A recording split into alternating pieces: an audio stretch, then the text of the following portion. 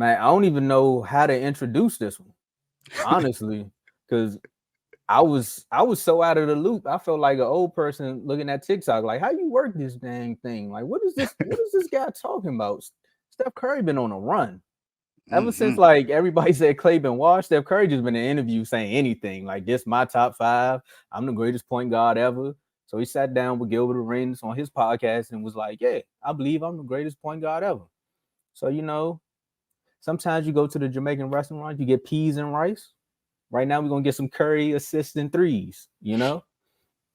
Dave, what was your reaction when you seen that video or just heard this? Steph Curry being the greatest point guard ever. I mean, who else is in the conversation other than him and Magic? I'm gonna shake the table. Who else is in the conversation? Think about some of the greatest point guards of all time that we have. You can think of names like Steve Nash. Is he up Mhm. there? No, he hasn't even reached the NBA Finals in his career. You could think about some players that had pretty great careers like Jason Kidd. But I don't think he's ever been considered the greatest. You could think about guys like John Stockton, who has the most assists in NBA history. So, Darren, what's up, my guy? Where you been at, Yeah, man? yeah, man. Appreciate you. Appreciate you. Yeah, yeah. It's all right. It's all right. It's okay. You hit today. You hit today, so that's what matters. But when you think about all these guys, just think about the impact that they had in the NBA, and think about what they accomplished in their careers. Steph, at this point in his career, has 4 NBA titles. Um, he is the greatest shooter of all time. I think that's without a doubt. Um, some people do believe that because of his era, he was allowed that, and they have a right to say that. But it's 1-2. I mean, the 1-2 punch is Magic and Steph. I mean, and I honestly I still have Magic as the best point guard of all time, but Steph is right there, so he has a right to feel like he is, the best or right there next to the best. Other point guards, I don't think has done or impacted the game as much as he has. And you may say that he's not an actual point because of the way he plays the game, but it's not as if he is not a passer. It's not as if he's not a playmaker. Um, Although I don't believe he's ever led the league in assists, but Hmm. Steph does what he needs to do at his position, and he's been the best point guard we've had in a very long time. So I would say, and you have other great point guards that have played in his era, like a Derrick Rose, like a Russell Westbrook, Chris Paul. We have a lot of Kyrie Irving. We have Dame Lillard. We have a lot of point guards that have played really good in this era. But have they done what Steph has done in this league? Yes, he did have 2 rings because he had Kevin Durant on his team. But think about it, he had one. He won the title before Durant and after. That's a fact. So I honestly have no issue. I still believe, like I said, I still believe Magic is the greatest point guard of all time. But I mean, Steph is right there. So I ain't got no problem with it. Okay.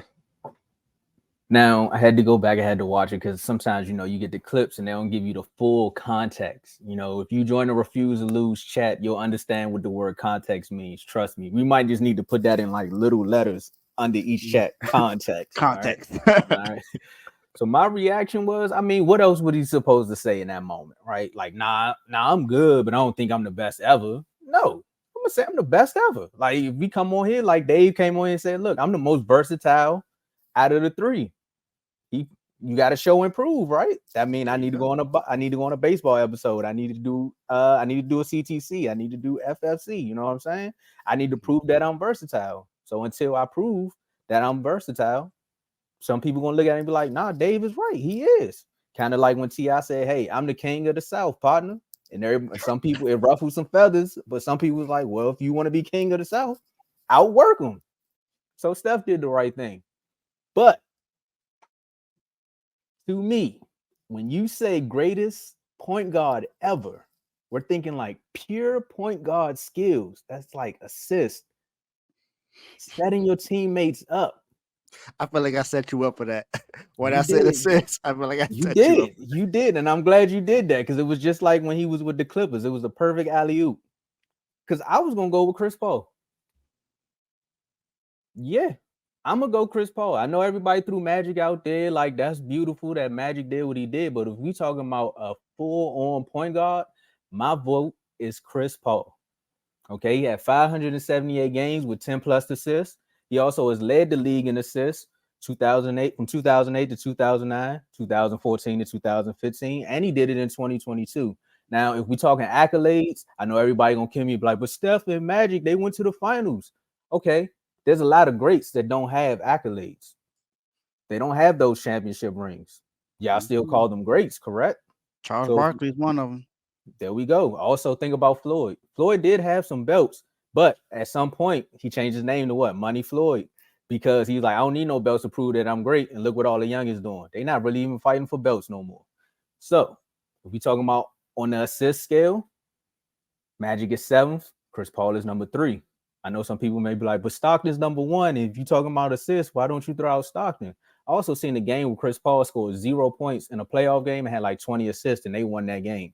So that's the impact on winning right there. I know some people Facts. may call him a jerk and all that. And also, I'm looking at the comments, but let me ignore the comments for one quick second. So with that, Steph is like number 30. Where's Steph on the assist? Right, 45. So of course, like when you think about the offense, you're like, hey, Chris Paul, come down, set it up, boom, half court offense. He can give you a fast break. He may be a little stumpy right now because he's older, but at the end of the day, being number three on the assist, on the all leading assists, and still playing in the league at the rapid rate that you are, and proving that you can go wherever he go, they do win. They don't get to the finals, but they do win. Look at that run with OKC. So for me, I'm gonna throw this in the ring. Y'all may jump me, but I'm gonna say it's Chris Paul. Mm. Yeah, I'm definitely not putting Chris Paul up there. I'm sorry. I'm not. I'm not because we just if that's what if we're talking about just pure point guard, then I mean, yeah, I guess you can put Chris Paul in that at least top five. You can put him up there, but number one overall, I'm not putting CP3 as the greatest point guard overall. I would have to give it to Magic. I mean, and Magic is. I mean, look at what he did in his career. 5 NBA championships in his league. Now, to to combat that though, I mean, people try to say that the same thing with Steph about him having a stack team with KD. I mean, Magic did too. He came in the league with Kareem. He had James Worthy on the team. I mean, we all know about those teams back then with the Lakers and Boston. They met in the finals almost every single year because they both had stack teams. That's a fact. So it's not like super teams were just now created. It's just that super teams now became created by the players. That's the difference. Super teams have Agreed. always been around.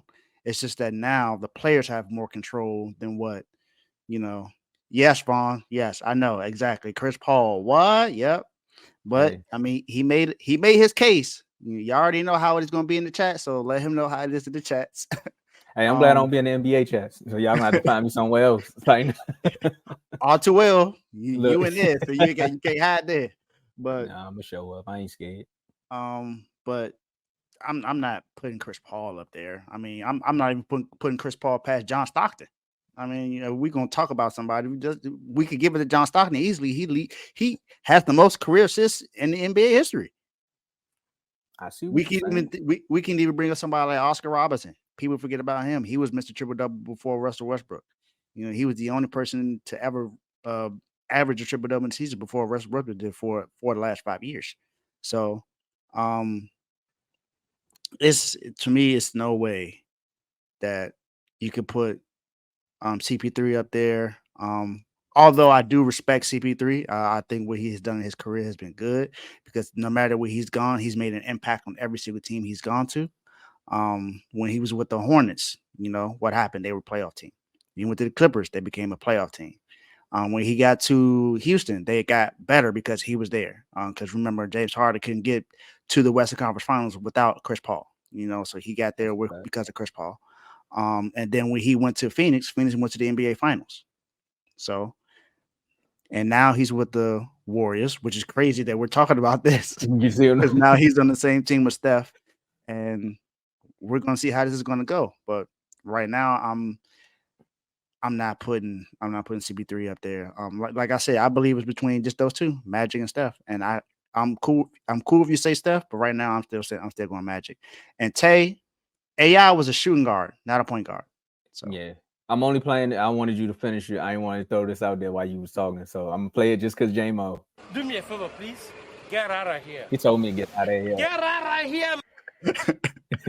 Like, they going up in the comments. I knew I was gonna ruffle some feathers when I said this, because I sat down and really thought about it. I was like, everybody talking about Steph and Magic. Like, I see where y'all going here, because once you say greatest point guard ever, you think rings. Like, they went straight to rings. Like, okay, cool. But technically, one thing about revisionist history that's great, and shout out to Winning Time on HBO, is technically Magic wasn't supposed to be the point guard. It was Norm Nixon. They just threw him out there because of his playmaking ability. Mm-hmm. But remember that also that stint where Magic kind of like went on a drought and the offense still ran perfectly without him. Mm-hmm. So tragic Magic. And that's exactly what happened when he came back. So everyone wants to use context. If you think about it, when Chris Paul goes to these places, they're like basically losing franchises and they become instant playoff teams. That's kind of like like I said, the impact on winning. Granted, his impact on winning doesn't put a dent in what Steph does, but that's also where I can lean back on my seesaw and say, I said pure point guard skills. Yes, Steph can run an offense. Of course, fast-paced offense, that's his thing. But we talking about like actually coming down, setting up a guard, doing a great pick and roll, maybe like backside cuts, just anything like that. Being a coach on the court, I've seen CP3 be great at it. So that's why I threw his name out there. So, hey, CP3, if you see this, just remember I got killed for you, all right? I don't need to know if CP3 put him. Well, nah, then again, CP3 got pride, so he might put himself up there. But from what I know, most people compare CP3 to Russ. So, whoa, just because of their careers and what they've done, how they travel. Oh, next segment. They've been on the road, man. They've been on the road. But that's hey, speaking of being on the road, man. I don't know how old people are within this like age range of folks that watch the show, but you play a good game of horseshoes. Everybody knows what horseshoes is. If you don't know, for my young folks, they call it cornhole now. Like, y'all play that. That's the same thing. Jonathan Taylor, man, came out and was like the running back.